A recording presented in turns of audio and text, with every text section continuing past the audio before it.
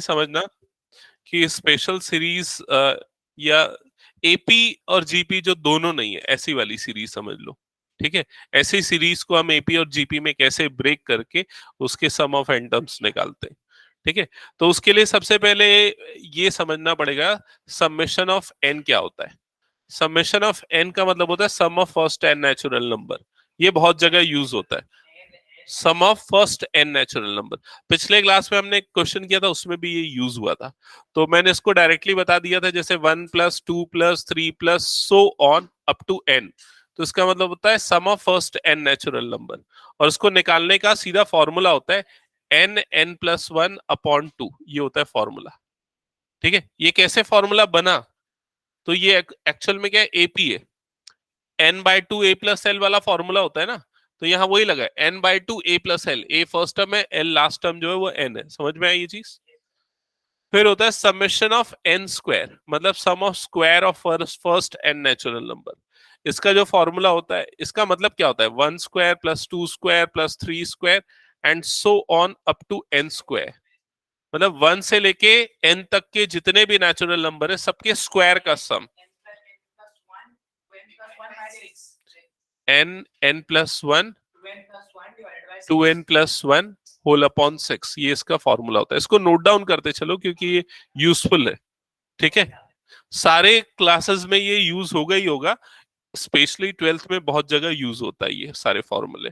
ठीक है, special series से रिलेटेड क्वेश्चन है ये सब अप्लाई होते हैं, तो इसलिए आपको आज नहीं तो कल ये पढ़ना ही पड़ेगा। ठीक है, ओके, यहां तक क्लियर सबको। फिर उसके बाद आता है समेशन ऑफ n क्यूब, मतलब sum of cube of first n natural number. 1³ + 2³ + 3³ and so on up to n cube. अगर ये ऐसा कुछ एक्सप्रेशन है तो ये होता है n+1/2 होल स्क्वायर। ये होता है उसका फॉर्मूला। ठीक है, तो ये 3 फॉर्मूले बस अप्लाई होते हैं। आपको ये 3 फॉर्मूले अप्लाई करना है, बाकी लॉजिक लगाना है। ठीक है, क्वेश्चन टू क्वेश्चन डिपेंड करेगा कैसे अप्लाई होगा। ओके, तो ये हटा दो फिलहाल में।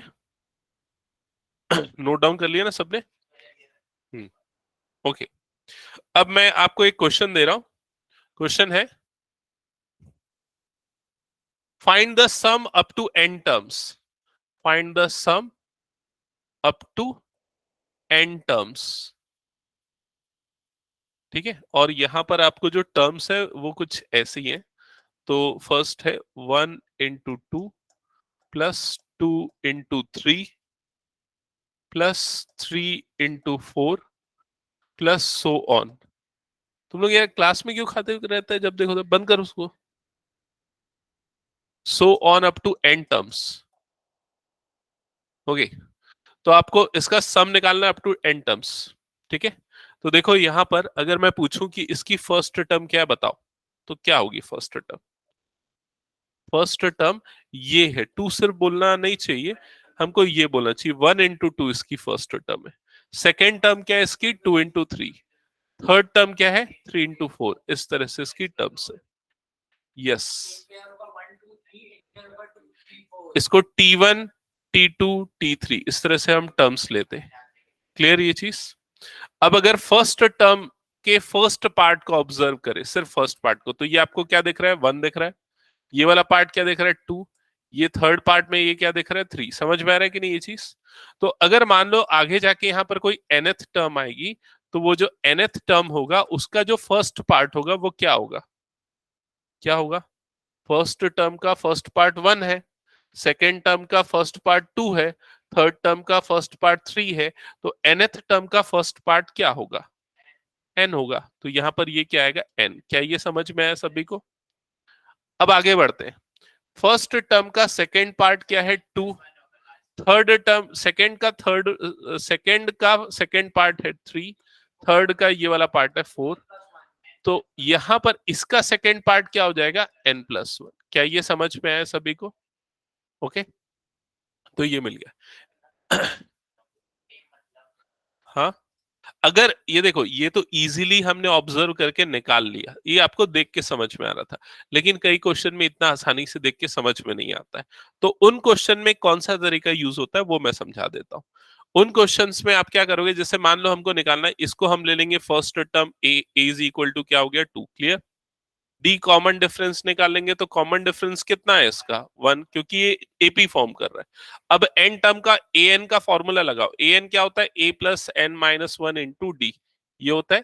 ए की जगह पे क्या आ जाएगा 2 प्लस एन माइनस वन, और डी की जगह पे क्या आ जाएगा 1। सॉल्व करोगे तो क्या हो जाएगा 2 प्लस एन माइनस वन, मतलब क्या हो जाएगा एन प्लस वन। समझ में है? तो जब कॉम्प्लेक्स क्वेश्चन होंगे या हाँ रुक जा, ये nth टर्म का सेकंड पार्ट है, रुकेगा 2 मिनट, ठीक है। ये समझ में आया कि नहीं सेकंड पार्ट कैसे निकलेगा अगर हमको कोई कॉम्प्लेक्स टर्म दी हुई है। ओके अब आते हैं जैसा कि हमने यहाँ पर देखा, जो फर्स्ट टर्म T1 था हमारा वो 1 into 2 था, सेकेंड टर्म T2 था 2 into 3, थर्ड टर्म T3 था 3 into 4, और इसी तरीके से जब हम nth टर्म Tn निकालने गए तो वो क्या होगा n into n+1 होगा। क्या यहाँ तक सबको समझ में आ गया nth टर्म निकालने तक का? लेकिन आपको क्या करना है, इन सबका सम निकालना है। तो सम निकालने के लिए देखो हम क्या लिखेंगे, S N, sum of N terms को यूजुअली एस एन से रिप्रेजेंट किया जाता है। S N is equal to T1 plus T2 plus T3 up to Tn, यही मतलब होगा इसका। और उसको हम क्या लिख सकते हैं, समेशन ऑफ Tn, ऐसा लिख सकते हैं, जहां n की वैल्यू 1 से लेके n तक है, क्लियर। अब Tn की वैल्यू हमने जो निकाली उसको यहां पर पुट कर देते। तो Tn की वैल्यू हमने क्या निकाली थी, n into N plus one, ये निकाली थी हमने, पुट कर दिया। अब ये क्या जाएगा, समेशन, ब्रैकेट खुलेगा तो n इंटू एन क्या आ जाएगा, n square plus n, clear हुआ यहां तक। ब्रैकेट खुलेगा तो summation of n square plus ये क्या हो जाएगा, समेशन ऑफ n हो जाएगा। यहां तक क्लियर सबको? अब इसका हमने फॉर्मूला पिछले स्लाइड में लिख रखा था, क्या था फॉर्मूला इसका, n into N plus one into 2n+1 divided by 6, ये था। और इसका भी फॉर्मूला लिख रखा था हमने, क्या था इसका, n n+1 अपॉन 2, हमने रख दिया फॉर्मूला, समझ गए ये। अभी इसके बाद इसको आगे सिंप्लीफाई करो, तो ज्यादातर ऐसे क्वेश्चन में बहुत सारी चीजें कॉमन निकलती है। यहां क्या कॉमन निकल सकता है, n n+1/2, ये कॉमन निकल जाएगा। ये कॉमन निकलेगा तो यहां पर क्या बचेगा, प्लस यहां पर बचेगा 1। यहां तक समझ में आया सबको? अब इसके बाद फर्दर सॉल्व करते, n n+1/2,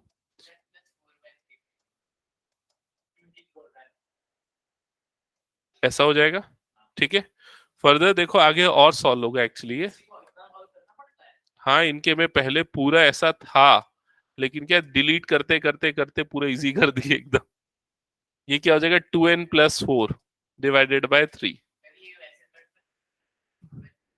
हाँ इसमें से 2 कॉमन निकलेगा और उसके बाद फिर कटेगा। पहले ये सब इनके में था, सारी चीजें थी, इवन अभी भी आप कॉम्पिटिटिव के लिए प्रिपेयर करोगे तो ये सब करना ही पड़ेगा।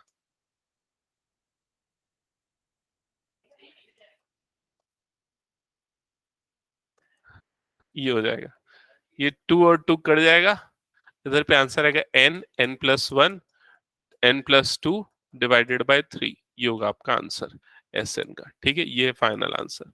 अब देखो एक तरीका बताता हूँ क्रॉस चेक कैसे करते हैं रिजल्ट को, बता।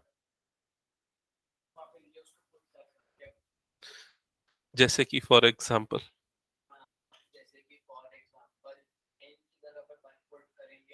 तो क्या आएगा ये,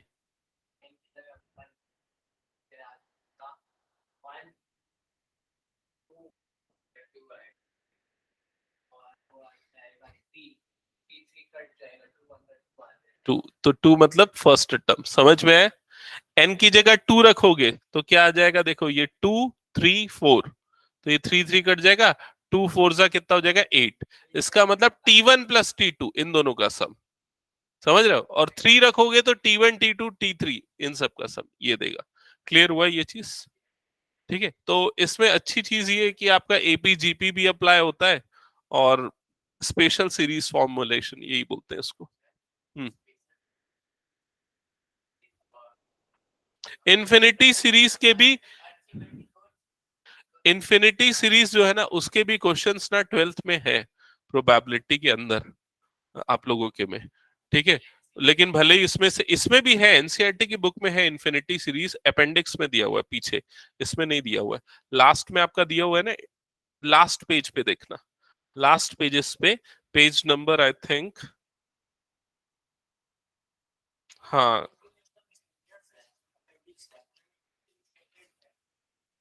पेज नंबर 475 में दिया, पेज नंबर 475, 476 में है इस पे वो sum of infinite series, infinite series बता रहा हूँ। स्पेशल सीरीज तो आप लोगों के नॉर्मल क्वेश्चंस में हटा दूं, मैं एक एक्सरसाइज है स्पेशल सीरीज की। नेक्स्ट क्वेश्चन करें? ओके चलो नेक्स्ट क्वेश्चन ले रहा हूं यहां पर मैं, ध्यान देना। क्वेश्चन है फाइंड द सम ऑफ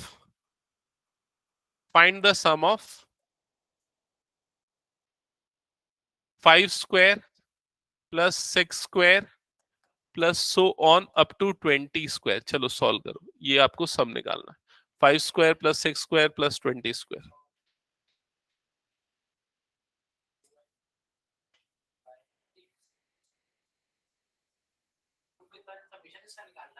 हम्म, नहीं, जो सामने दिख रहा है वो निकालना है।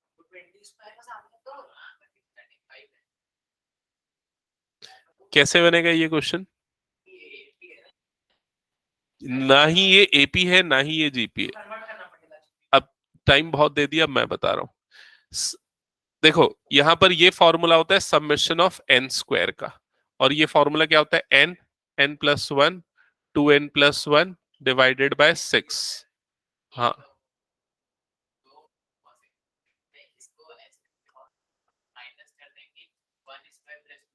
हाँ ठीक, लॉजिक करेक्ट। सुनो यहां पर, इसका मतलब क्या होता है? हाँ हो गया, मैं सुन लिया, अब मेरे को बोलने देगा? बोलो।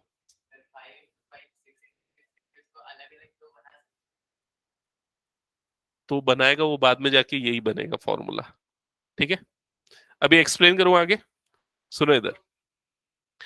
देखो ऐसे क्वेश्चन में समेशन ऑफ एन स्क्वायर का जो वैल्यू मिलता है, इसका मतलब होता है 1 से लेके एन तक के सारे नंबर का सम। ठीक है, अब अगर मान लो यहां पर मैं n इज इक्वल टू 20 रखता हूं, n इज इक्वल टू 20 रखता हूं, तो इसका मतलब 1 से लेके 20 तक के सारे नंबर का सम मिलेगा। क्लियर हुआ ये चीज? और n इज इक्वल टू 4 रखता हूं, इसका मतलब 1 से लेके 4 तक के सारे नंबर का सम मिलेगा। क्लियर हुआ? अब यहां पर हम क्या करेंगे? S20 - S4 कर देंगे, मतलब 1 से 20 तक के सारे नंबर के स्क्वायर का सम माइनस 1 से लेके 4 तक के सारे नंबर के स्क्वायर का सम। तो यहां पर पहले 20 डाल दो, तो 20 × 20 + 1, और ये क्या हो जाएगा? 2 × 20 + 1 अपॉन 6, ये आ गया, माइनस 4 × 4 + 1 × 2 × 4 + 1 डिवाइडेड बाय क्या हो जाएगा? 6। कैलकुलेशन कर लो, आपको ये सब मिल जाएगा। लॉजिक समझ में है ना कैसे अप्लाई होगा?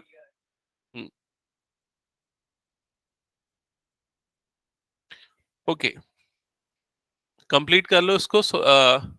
फिर उसके बाद मैं नेक्स्ट क्वेश्चन दे रहा हूं, ध्यान देना। क्वेश्चन है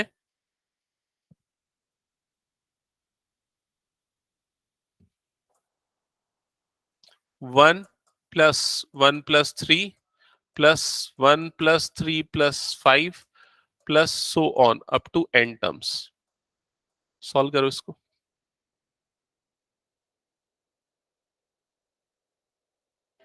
हाँ तो बना के दिखा दे अभी।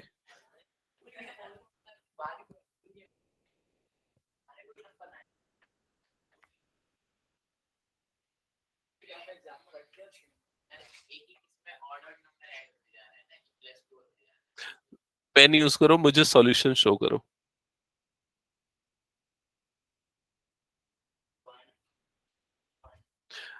आयुष, तान्या, समझ में आ रहे हैं ना स्पेशल सीरीज के questions? Yes sir. Solve, okay.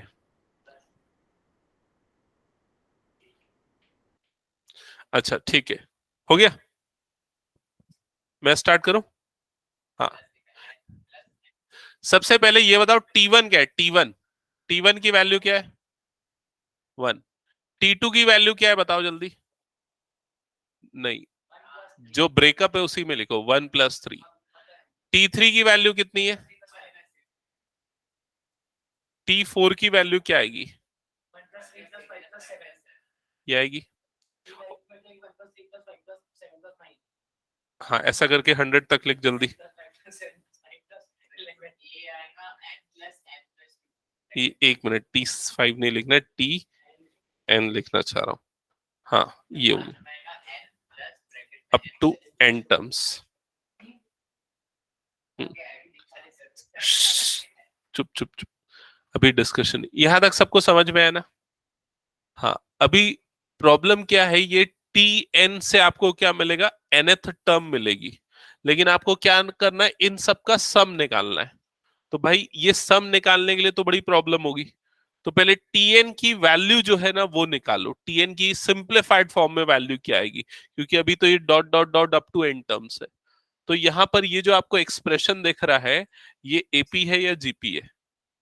क्या है ये? AP है। इस AP का फर्स्ट टर्म क्या है, A1। इसका कॉमन डिफरेंस D क्या है, 2। समझ में? इसमें नंबर ऑफ टर्म्स हम कितने ले रहे हैं, n ले रहे हैं, और ये उनका क्या दे रहा है, सम दे रहा है। तो जो TN जो है वो sum of n terms of AP के बराबर होगा। समझ में आया कि नहीं? और वो क्या हो जाएगा, वो हो जाएगा n/2 under bracket 2A plus n-1 into D, इसके बराबर होगा। क्या ये समझ में आया? बोल।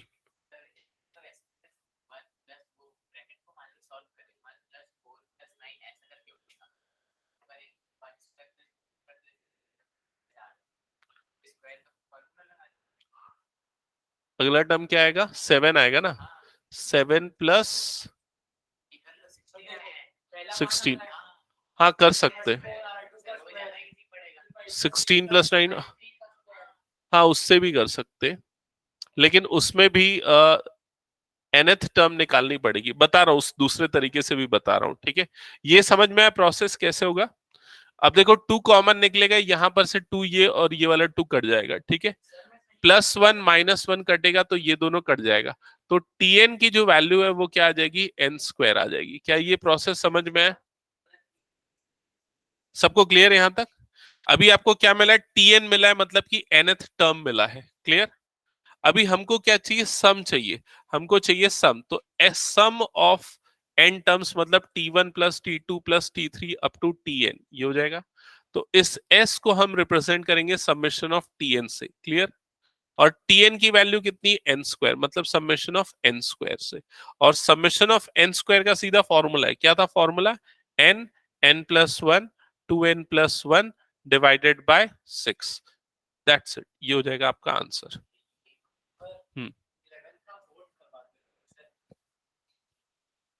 अभी मैं ये वाला क्वेश्चन बोला, तू बना पाया था क्या? हम्म,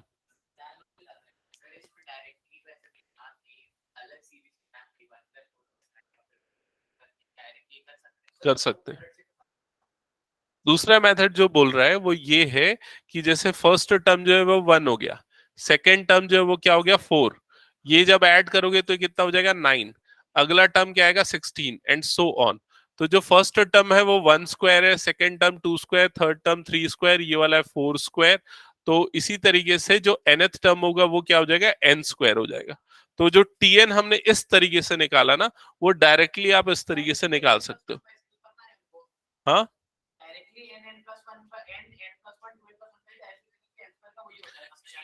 n² आया, तुम लोग बोलते बहुत यार, थोड़ा शांत रहा करो। दोनों एक साथ बोलते, n² आया, उसके दोनों को सम सम लगा दो, सम का फॉर्मूला मिल गया। ठीक है, इस तरीके से कर सकते हैं। लेकिन ये मेथड जो है ना, ये हर क्वेश्चन में एप्लीकेबल नहीं हो सकता। ये लकीली इस बार हो गया क्योंकि 1 3 5 ये सम लेने पे आ रहा है। लेकिन मान लो अगर ये 1 1+5 और अलग नंबर होते तो आपको इस अप्रोच को फॉलो करना पड़ता। क्लियर? ये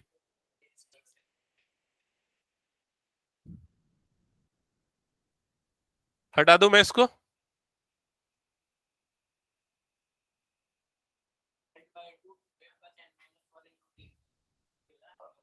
हम्म, ओके, चलो नेक्स्ट क्वेश्चन नोट करना, और तुम लोग सॉल्व करो, नहीं तो मैं बाहर निकाल दूंगा, बता रहा हूं मैं, अगर तुम लोग सॉल्व नहीं करोगे तो। 11th का 4th। ओके, क्वेश्चन है 5 + 7 + 13 + 31 + 85 प्लस सो ऑन। और आपको क्या करना है, इसका सम फाइंड आउट करना है। 11th का 4th है ना। हम्म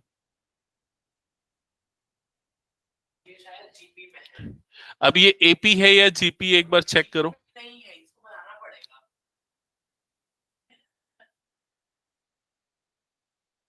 हाँ, बताओ किस में आएगा ये। एपी है, जीपी है, अभी तो फिलहाल कुछ भी नहीं है, लेकिन इसको दो अलग अलग सीरीज में हमको ब्रेक करना पड़ेगा। देखते हैं इसको कैसे ब्रेक करते हैं। एक काम करते हैं, इस पूरे को हम रिप्रेजेंट करते हैं एस से।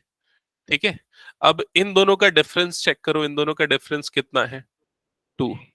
इन दोनों का डिफरेंस कितना है, 6। इन दोनों का डिफरेंस कितना है, कितना है डिफरेंस चेक करो। 31 माइनस 13 यारा 18। इन दोनों का डिफरेंस कितना है, 54। आपको कुछ पैटर्न समझ में आ रहा है। ये दोनों का डिफरेंस 2 है, इसको 3 से मल्टीप्लाई करो तो अगले का डिफरेंस कितना है, 6। इसको 3 से मल्टीप्लाई करो, अगले का डिफरेंस कितना है, 18। इसको 3 से मल्टीप्लाई करो, अगले का डिफरेंस कितना है, 54। समझ में आ रहा है कि नहीं। मतलब जो डिफरेंसेस है टर्म्स के, वो जो है वो जीपी में है। समझ में आ रहा है कि नहीं ये चीज। ठीक है, तो ऐसे क्वेश्चन को सॉल्व करने की जो ट्रिक होती है वो क्या होती है, मैं आपको समझा रहा हूं। ऐसे क्वेश्चन में हम क्या करते हैं, जो सम होता है ना, उसको एक टर्म शिफ्ट करके रिप्रेजेंट करते हैं। जैसे कि पहला जो सम था, 5 plus 7 plus 13 plus 31 plus 85 plus so on. यहां पर कोई टर्म आएगी Tn-1 प्लस ये टर्म आएगी Tn। हाँ, ये हो गया। ये हमने सम को लिख दिया Tn-1 अप टू Tn। अब फिर से हम इसी सम को लिखेंगे, लेकिन इस सम को हम अब थोड़ा सा शिफ्ट करके लिखेंगे। अब जो फर्स्ट टर्म 5 थी वो यहां पर आ जाएगी 5। नेक्स्ट टर्म 7 थी, उसको यहां लिख देंगे 7। नेक्स्ट टर्म 13 था, वो यहां जाएगा। नेक्स्ट टर्म 31 यहां पर आ जाएगा। इस तरह से बता रहा हूं ना, रुकेगा। Tn-1 और आखिरी टर्म क्या आएगा, Tn। यहां तक समझ में आया। अब ये प्रोसेस यूज करने से ना आपको Tn मतलब कि nth टर्म मिल जाएगा। कैसे मिलेगा समझना इधर। हम क्या करेंगे, अब ये दोनों इक्वेशंस को सब्सट्रैक्ट करेंगे। दोनों तो एक ही है, सब्सट्रैक्ट होंगे तो क्या आएगा, 0 आएगा। तो यहां पर लेफ्ट साइड में s माइनस एस डिफरेंस कितना हो जाएगा, 0। राइट हैंड साइड में टर्म बाय टर्म सब्सट्रैक्ट करते हैं, तो 5 एज इट इज आएगा। यहां पर डिफरेंस कितना हो जाएगा, 2 हो जाएगा। यहां पर डिफरेंस कितना हो जाएगा, 6 हो जाएगा। यहां पर डिफरेंस कितना हो जाएगा, 18। यहां पर डिफरेंस कितना हो जाएगा, 54 एंड सो ऑन। और इस तरह से यहां पर भी आएगा, लेकिन लास्ट में जो Tn है वो एज इट इज आएगा। अब मैं जो क्वेश्चन पूछ रहा हूं उसका आंसर करना। ये 5 को छोड़ दो, वो अलग है। यहां पर ये 2 से लेके जो रिमेनिंग टर्म्स है, ये क्या फॉर्म कर रही है, जीपी फॉर्म कर रही है। अब मेरा क्वेश्चन ये है कि इस जीपी में कितने टर्म्स हैं, बताओ।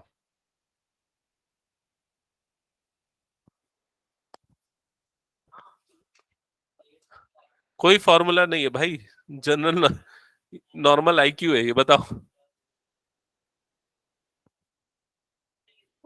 वो फॉर्मूला लगाने भी चलेगी अब। भाई बताओ ना कितनी टर्म्स होंगी। अच्छा, अच्छा ठीक है, दूसरी चीज पूछता हूँ। ये बताओ, जो ऊपर में ये जो एस लिखा है इसमें कितनी टर्म है, ये बता दो।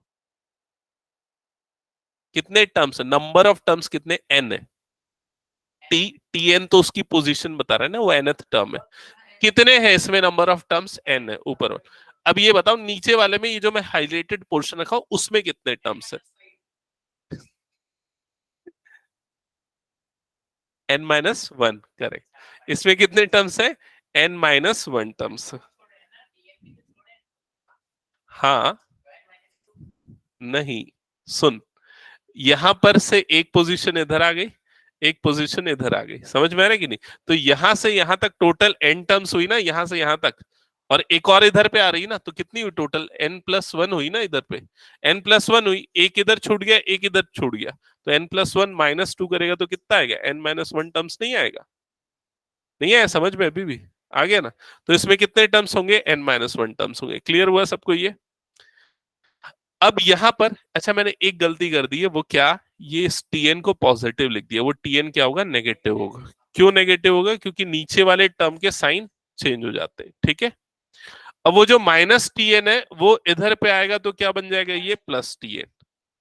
राइट साइड में ये 5 एज इट इज, और यहां पर ये जो आपको जो जीपी दिख रहा है, अब हम इस जीपी का सम ले लेंगे। तो sum of N terms of GP का फॉर्मूला क्या है, a r to the power n minus one, ये होता है फॉर्मूला। इस फॉर्मूले में ए की वैल्यू क्या है, 2, आर आर की वैल्यू 3 है, 3 की पावर में क्या आएगा, एन माइनस वन, -1 अपॉन 3 - 1, समझ में। 3 - 1 2 होता है, तो वो 2 और ये 2 कट गया, क्लियर हुआ ये चीज सबको। और टीएन की जो वैल्यू अब आगे समझना, ये 5 बच गया और यहां पर क्या बच गया, ये, तो 5 - 1 कितना हो जाएगा, 4। तो टीएन की वैल्यू हो जाएगी 4 + 3 टू दी पावर n - 1। क्या ये समझ में आया सभी को यहां तक। अभी ये सिर्फ nth टर्म मिला है, सम ऑफ n टर्म्स नहीं मिला, ये क्या मिला, सिर्फ nth टर्म मिला है। अभी हमें इसका सम निकालना पड़ेगा। अब इसका सम निकालने के लिए हम क्या लिखेंगे यहाँ पर, Sn, समझना इधर पे ध्यान से। अब हम लिखेंगे S इन सब का sum is equals to summation of Tn is equals to summation of 4 + 3 to the power n - 1, ये हो जाएगा। क्लियर हुआ ये चीज। अब क्या होगा बताओ, इसका सम कैसे निकलेगा,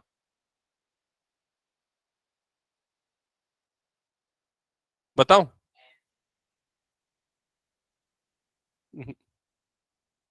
सुनो इधर, ये जो समेशन है इसका मतलब क्या होता है पहले वो समझना। इस समेशन का मतलब होता है कि हम n की वैल्यू 1 से n तक रखेंगे। तो सबसे पहली जो n की वैल्यू आएगी वो क्या आएगी, 1 आएगी।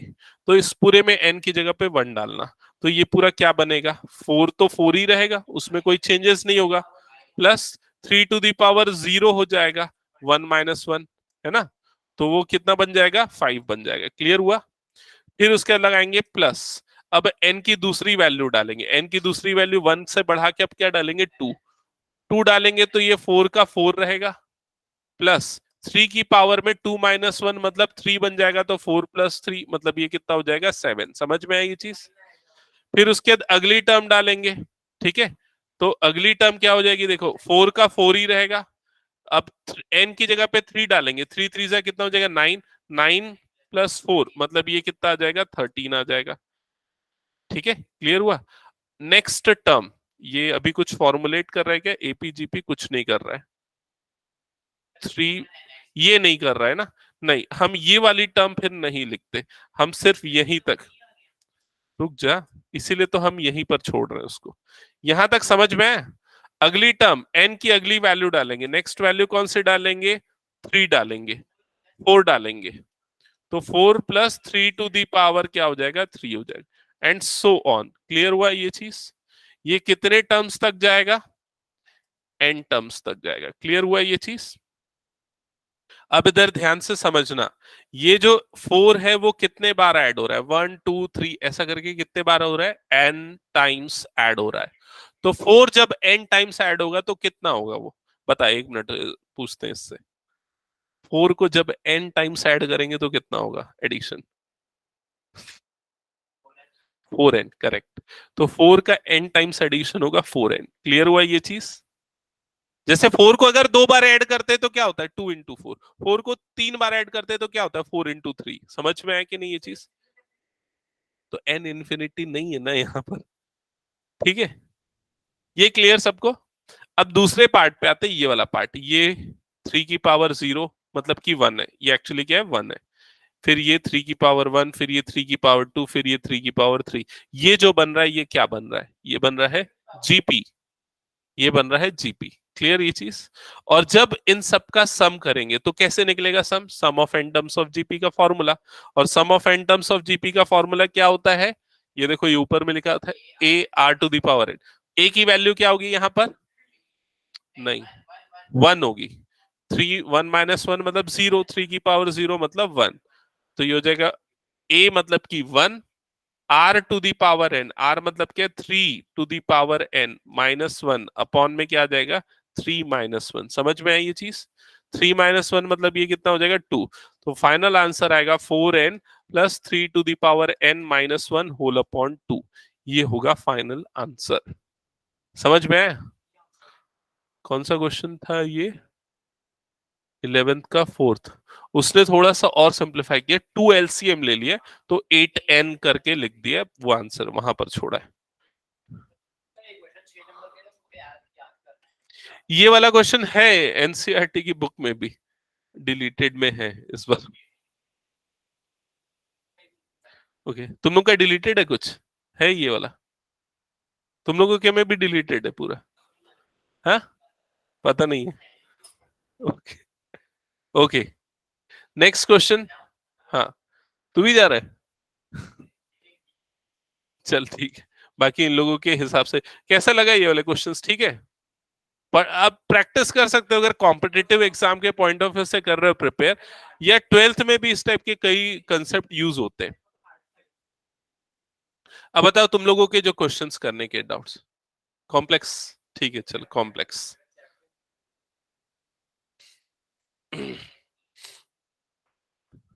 हाँ, कॉम्प्लेक्स बताऊं, एक बार ब्रीफ करूं कि स्टार्टिंग से बताऊं या फिर सीधा क्वेश्चंस उठाऊं? हाँ, क्वेश्चंस से सीधा। ओके, एक बार 2 मिनट में शॉर्ट में बता देता हूँ, फिर उसके बाद क्वेश्चन स्टार्ट कर देता हूँ, ठीक है? ओके, तो सबसे पहले पावर ऑफ आई क्लियर होना चाहिए। आई टू द पावर 0 क्या होता है? 1। आई टू द पावर 1 मतलब आई होता है जिसकी वैल्यू क्या होती है? Root of -1। आई स्क्वायर की वैल्यू क्या होती है? -1। आई क्यूब की वैल्यू क्या होती है? -i। I to the power 4 की वैल्यू क्या होती है? 1 होती है, ठीक है? बाकी आई की जो भी पावर है उसको 4 से डिवाइड कर देते हैं, और जो बचता है रिमाइंडर वो आई की पावर हो जाती है। क्लियर हुआ ये चीज? ठीक है। अब कॉम्प्लेक्स नंबर z जो होता है वो इस तरह से होता है, a प्लस आई बी। यहां पर ये जो a होता है इसको बोलता है real part of complex number, और इसको b को बोला जाता है इमेजिनरी। हाँ, ठीक है। इसको रिप्रेजेंट किया जाता है R E of Z is equal to A, और ये होता है R E of Z is equals to B. Sorry, ये आई एम। हाँ, तुम लोग जा रहे थे क्या? उसको जाने दे भाई, दोनों बोलोगे ना तो ठीक है। यहाँ तक क्लियर सबको? अब इसकी कुछ प्रॉपर्टीज जो होती है, जैसे कि ये कॉन्जुगेट, कॉन्जुगेट कैसे निकाला जाता है? आई को -i से। करेक्ट, यहाँ तक clear? Modulus, modulus mod of Z ये कैसे निकाला जाता है? हाँ, √a² प्लस b²। क्लियर ये चीज? ओके, अब इसके बाद जो और कुछ प्रॉपर्टीज मॉडुलस और कॉन्जुगेट से रिलेटेड आपको ध्यान में रखनी पड़ेगी, वो ये है, Z1 into Z2 whole conjugate is equal to Z1 conjugate into Z2 conjugate. Z1 plus Z2 या -Z2 whole conjugate is equal to Z1 conjugate plus -Z2 conjugate. ठीक है, डिवीजन में भी होता है, Z1 upon Z2 whole conjugate is equal to Z1 conjugate upon Z2 conjugate. Clear करवाया हूं, सब बताया हूं, देख लेना एक बार। ओके, इसके बाद देखो मॉडुलस की जो प्रॉपर्टी होती है, mod of Z1 into Z2 is equals to mod of Z1 into mod of Z2। Mod of Z1 upon Z2 तो ये भी होता है modulus of Z1 divided by modulus of Z2, लेकिन ये प्लस माइनस में नहीं होता है। अगर ऐसा है ना तो इसको हम modulus of Z1 plus minus modulus of Z2 नहीं लिख सकते, ये नॉट पॉसिबल। बाकी सारे में पॉसिबल होता है। यूजुअली ये वाली प्रॉपर्टी बेस्ड क्वेश्चंस बहुत आते हैं, ठीक है? अब इसके बाद मैं ये पूरे प्री रिक्विजिट्स थे, जो कंसेप्ट थे आपको पता होने चाहिए। अब सीधा मैं क्वेश्चंस पे आ जाऊं।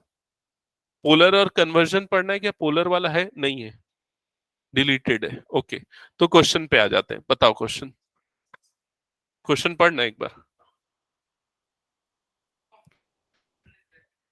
हाँ, रियल Z1 Z2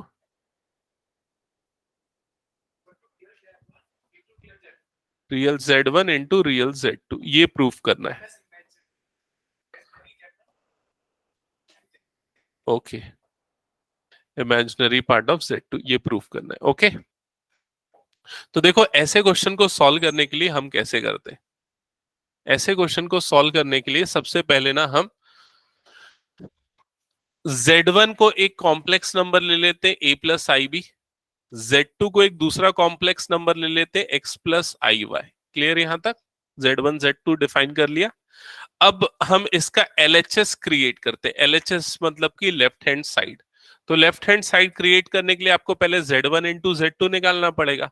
तो हम Z1 इंटू Z2 निकाल लेते हैं। तो Z1 इंटू Z2 मतलब क्या हो जाएगा, a plus I B into X plus I Y. ऐसे ही होगा, यहां तक समझ में है? अब जब मल्टीप्लाई करोगे तो a इंटू एक्स, तो ये क्या बन जाएगा, ए एक्स बन जाएगा। आई बी इंटू एक्स, तो ये क्या हो जाएगा, plus I into B X. फिर उसके बाद a इंटू आई वाई, तो प्लस क्या हो जाएगा, i into A Y. Next term क्या बन जाएगा, प्लस। अब आखिरी में जब ये दोनों मल्टीप्लाई होंगे तो क्या होगा, दोनों का मल्टीप्लीकेशन बताओ क्या होगा, बोलो जल्दी।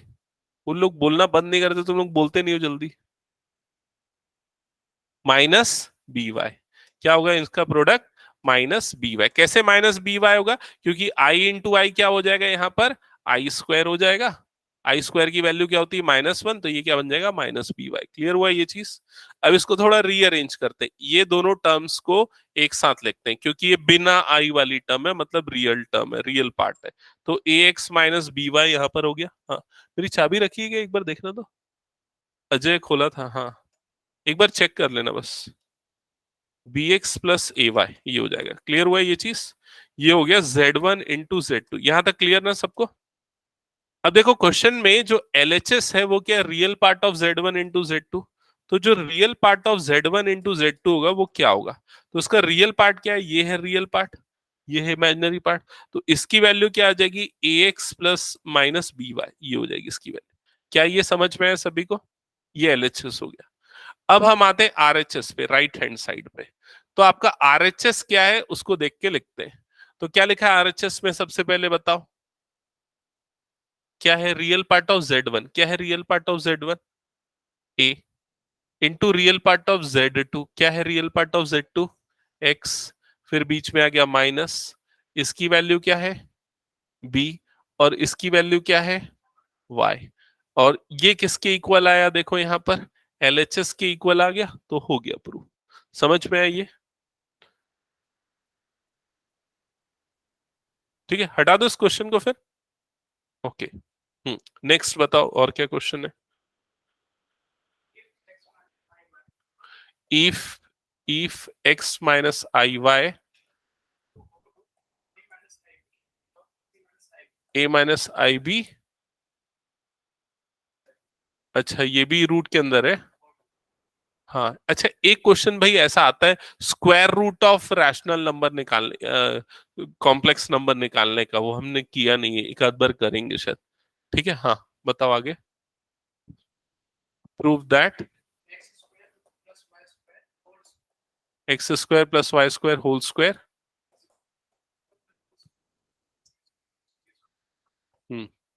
ए square plus B square upon सी स्क्वायर प्लस डी स्क्वायर, ये है। हम्म, तो यहां पर ना मैं एक आइडेंटिटी आप लोगों को और बताता हूं। देखो, z इंटू जेड कॉन्जुगेट जो होता है वो मॉड z स्क्वायर के बराबर होता है, ये प्रॉपर्टी होती है। इसको थोड़ा डिटेल में एक्सप्लेन करता हूं। जैसे z मान लो x प्लस आई वाई है, तो z कॉन्जुगेट क्या हो जाएगा, x माइनस आई वाई हो जाएगा। समझ में है? और जब z इंटू जेड कॉन्जुगेट करोगे तो a plus B into A minus B क्या होगा, A square minus B square, ऐसा ही होगा। ठीक है, तो x का स्क्वायर तो वही रहा, i का स्क्वायर क्या हो जाएगा, -1, तो माइनस माइनस क्या हो जाएगा, प्लस, और ये क्या बन जाएगा, वाई स्क्वायर। और ये असल में मॉड z के होल स्क्वायर के बराबर होता है, क्योंकि मॉड z की वैल्यू रूट ओवर दिस होता है, स्क्वायर ले लोगे तो ये आएगा। ठीक है, तो ये बहुत इंपॉर्टेंट प्रॉपर्टी कई जगह पे यूज होती है। तो यही प्रॉपर्टी हम लगाएंगे इस क्वेश्चन को सॉल्व करने के लिए। तो सबसे पहले ना हम क्या करते हैं, हम इसका कॉन्जुगेट ले लेते हैं। कॉन्जुगेट लेंगे तो क्या आ जाएगा, ये x प्लस आई वाई, ये चीज क्लियर। अब इधर कॉन्जुगेट हुआ है तो राइट साइड पे भी कॉन्जुगेट होगा, जहां जहां पर आई था वो माइनस आई से रिप्लेस हो जाएगा, मतलब कि ऐसा बन जाएगा। ये वाला पार्ट क्लियर हुआ सबका? अब दोनों इक्वेशन को मल्टीप्लाई कर दो, मल्टीप्लाई करोगे तो लेफ्ट साइड में क्या हो जाएगा, x minus I Y into X plus I Y, यही होगा। वैसे ही राइट साइड में क्या होगा, अच्छा यार इसमें स्क्वायरिंग करके फिर उसके बाद भी कर सकते, खैर चलेगा, पहले कर दो बाद में स्क्वायरिंग कर दो। राइट साइड में कितना हो जाएगा, root over a minus I B upon C minus I D into root over ये क्या हो जाएगा, a plus I B upon C minus C plus I D, ऐसा हो जाएगा। यहां तक क्लियर सबको। अब ये दोनों क्या बनेगा, X square plus Y square बन जाएगा, अभी बताया था जैसे। दैट इज इक्वल टू, ये पूरे को रूट में लिख सकते हैं, और रूट के अंदर क्या हो जाएगा, ये ए स्क्वायर प्लस बी स्क्वायर बन जाएगा अपॉन ये क्या बन जाएगा, सी स्क्वायर प्लस डी स्क्वायर बन जाएगा। समझ में आई ये चीज। अब आपको जो प्रूव करना है, जो आया है, क्या डिफरेंस है देख लो, स्क्वायरिंग बोथ द साइड, तो x square plus Y square का होल स्क्वायर, इधर पे क्या हो जाएगा, a square plus B square upon C square plus D square, हो गया प्रूफ। ठीक है, नेक्स्ट क्वेश्चन।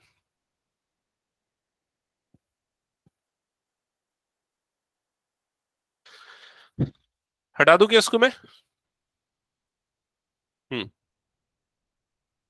और बताओ क्वेश्चन टॉपिक जो भी पढ़ना है। एक तो वो बीटा अल्फा वाला क्वेश्चन बहुत बार आता है, हो गया प्रैक्टिस अच्छे से, याद हो गया ना। हाँ, 14 क्वेश्चन पढ़ना। हम्म, एक्स माइनस आई वाई, हाँ, 3 + 5i, हाँ, यही मतलब हुआ ना, ये जो है इसका कॉन्जुगेट है। एक बार देखो मैंने सही किया ना, है ना, इसका कॉन्जुगेट है, तो इसका कॉन्जुगेट मतलब ऊपर में क्या लगा देते हैं, हम बार लगा देते हैं कॉन्जुगेट। अब जब कॉन्जुगेट लेंगे तो कॉन्जुगेट क्या हो जाएगा उसका, -6 + 24i, यही होगा इसका कॉन्जुगेट। यहां तक क्लियर। अब उसके लेफ्ट साइड में जब मैं ब्रैकेट ओपन करूंगा, मल्टीप्लाई करूंगा, तो सबसे पहले इन दोनों का प्रोडक्ट होगा, तो क्या बनेगा वो 3x, फिर इन दोनों का प्रोडक्ट होगा, क्या बन जाएगा, +5xi, फिर इन दोनों का प्रोडक्ट होगा, क्या हो जाएगा, -3yi, फिर इन दोनों का प्रोडक्ट होगा, तो बताओ आखिरी वाला क्या बनेगा, जल्दी बोलो। +5y बनेगा ना, क्योंकि आई इंटू आई स्क्वायर क्या होता है, माइनस माइनस माइनस क्या हो जाएगा, प्लस, क्या बच गया 5 और y बच गया, ये हो गया। अब रियल पार्ट को एक साथ रखो, तो इन दोनों को एक साथ रखो, 3x को और 5y को, ठीक है, तो ये दोनों मिलके क्या बन जाएगा, 3x + 5y, एक साथ आ गया। और जो दो आई वाला पार्ट था, उन दोनों में से आई कॉमन निकाल लो, तो वहां पर क्या बच जाएगा, 5x - 3y is equal to, right side में कंपेयर करो, -6 + 24i। समझ गए। अब आपको क्या करना है, रियल और रियल पार्ट को आपस में इक्वेट कर देना है, और इमेजिनरी पार्ट्स को आपस में इक्वेट कर देना है। समझ गए। तो आपकी एक इक्वेशन बन जाएगी 3x + 5y is equal to -6, और दूसरी इक्वेशन बन जाएगी 5x - 3y is equals to 24। Solve करो ये दोनों इक्वेशन को, you will get x and y, बन जाएगा ना आगे तो। नेक्स्ट क्वेश्चन पूछो जल्दी। तान्या क्वेश्चन सॉल्व कर रहे हो ना, कुछ डाउट है तो पूछ सकते हो। Yes, sir. हम्म, हटा दूं ना इसको। बताओ और कोई टॉपिक, कुछ क्वेश्चन, पूरी एनसीईआरटी की बुक में जो भी क्वेश्चन है, जो भी टॉपिक है, आपको समझना है, पढ़ना है, पूछ लो।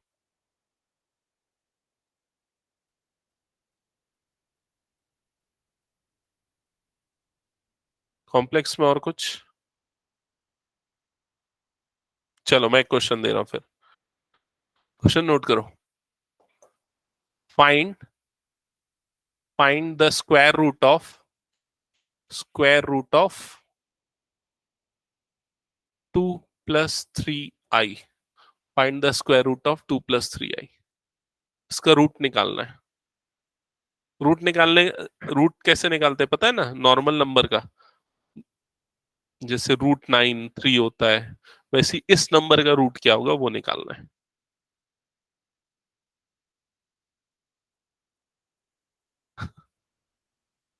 कैसे करेंगे शुरुआत, कोई आइडिया? तान्या, बनेगा? बताओ। देखो इस क्वेश्चन, हम मान लेते हैं कि रूट ओवर 3 + 2i, ये जो कॉम्प्लेक्स नंबर है इसका रूट जो है वो x+iy है, हम ऐसा अज्यूम कर लेते हैं। ठीक है, अब उसके बाद अब हमारा ऑब्जेक्टिव क्या हो गया, अब हमारा ऑब्जेक्टिव है कि x और y क्या है वो निकालना है। समझ गए? x और y मिल गया मतलब रूट मिल गया। अब x और y कैसे निकलेगा ये सोचना पड़ेगा। तो सबसे पहले काम हम इस रूट को हटाना चाहेंगे, उसके लिए रूट हटाने के लिए क्या करना पड़ेगा, स्क्वायरिंग। स्क्वायरिंग करेंगे तो ये हो जाएगा 2 + 3i, राइट साइड में क्या हो जाएगा x+iy का होल स्क्वायर। ये स्टेप क्लियर सबको? अब ये 2 + 3i एज इट इज, इधर x+iy का होल स्क्वायर करेंगे, x+iy का होल स्क्वायर, तो क्या हो जाएगा ये a² + b² + 2ab। क्या ये स्टेप क्लियर सबको? अब ये 2 + 3i as it is, right side में ये x² हो जाएगा, आई वाई का होल स्क्वायर क्या बनेगा ये -y², और ये क्या बन जाएगा +2xyi। क्लियर हुआ ये चीज? यहां तक क्लियर सबको? अब कंपेयर करो दोनों पार्ट को, तो भाई इधर का रियल पार्ट क्या है 2, इधर का रियल पार्ट क्या है ये, समझ गए? अब दूसरे का इमेजिनरी पार्ट क्या है +3, और इसका इमेजिनरी पार्ट क्या है +2xy। कंपेयर जब करोगे तो आपको दो इक्वेशन मिलेगी, पहली तो x² - y² is equal to 2, और दूसरी मिलेगी 2xy इज इक्वल टू 3। समझ में आई ये चीज? अब सॉल्व करके आप x और y की वैल्यूज निकालो। ठीक है, तो कैसे सॉल्व करेंगे, अब इसको कैसे सॉल्व करके x और y निकालेंगे, सब्स्टिट्यूशन मेथड, सब्स्टिट्यूट करेंगे। सब्स्टिट्यूट करने के लिए हम यहां पर से एक काम करते हैं, यहां पर से y की वैल्यू निकालते हैं। तो y इज इक्वल्स टू क्या आ जाएगा 3/2x, ये हो जाएगा y, और y को उठा के रखेंगे इस जगह पे। जब y को यहां रखेंगे तो x² - 3/2x का whole square is equal to 2, ये हो जाएगा। ठीक है, अब सॉल्व करो फर्दर, तो क्या हो जाएगा x² - 3 नहीं स्क्वायरिंग होगा ना, माइनस कितना हो जाएगा ये 9/4x² इज इक्वल्स टू क्या हो जाएगा 2। समझ गए? अभी भी इसको आगे सॉल्व करना थोड़ा सा मुश्किल है, क्योंकि जब एलसीएम लोगे तो x की पावर 4 बन जाएगा, बाय क्वाड्रेटिक बन जाएगा। तो उसको इजी करने के लिए हम क्या करते हैं, हम एक काम करते हैं, x² को कोई नए नंबर से रिप्लेस कर देते हैं। किससे रिप्लेस कर दे, z में तो प्रॉब्लम हो जाएगा, a से कर देते हैं। ठीक है, तो ये क्या बन जाएगा, a बन जाएगा -9/4a इज इक्वल टू 2। समझ गए ये चीज? अब एलसीएम लोगे तो एलसीएम क्या आ जाएगा इसका 4a, यहाँ 4a मल्टीप्लाई इससे तो क्या हो जाएगा 4a² - 9 इज इक्वल टू 2। ये 4a इधर क्रॉस मल्टीप्लाई होगा, तो 4a² - 9 इज इक्वल टू कितना हो जाएगा 8a। ये 8a इधर आएगा, तो 4a² - 8a - 9 is equal to क्या हो जाएगा 0। ये बना आपका एक क्वाड्रेटिक इक्वेशन। अब इस क्वाड्रेटिक इक्वेशन को सॉल्व करते हैं मिडिल टर्म स्प्लिट करके। किसमें स्प्लिट होना चाहिए मिडिल टर्म, देख के बताओ,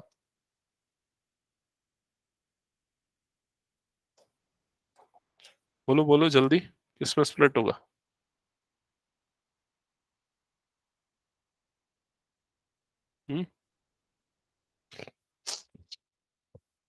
-36 आना चाहिए ना,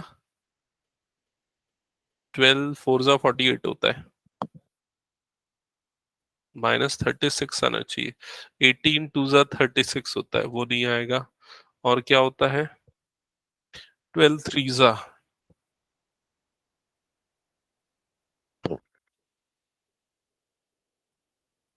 9 4 जा 9 4 जा होता है ना।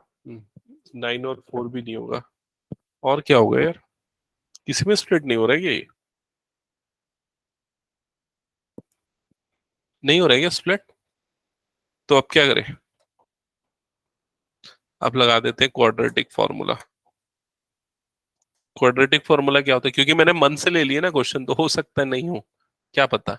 तो क्वाड्रेटिक फॉर्मूला क्या होता है -b, तो क्या हो जाएगा माइनस बी मतलब +8, plus minus root over B square मतलब -8 का स्क्वायर, वो कितना होगा 64, -4ac तो -4, ए की वैल्यू क्या हो जाएगी 4 और सी की वैल्यू कितनी हो जाएगी -9 डिवाइडेड बाय 2a तो 2 इंटू 4।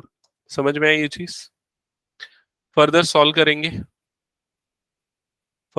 करेंगे तो ये क्या हो जाएगा, a is equals to 8 plus minus root over ये 64 as it is, minus minus plus हो जाएगा, कितना हो जाएगा 4 4 16, 16 9 144, 144 डिवाइडेड बाय 8।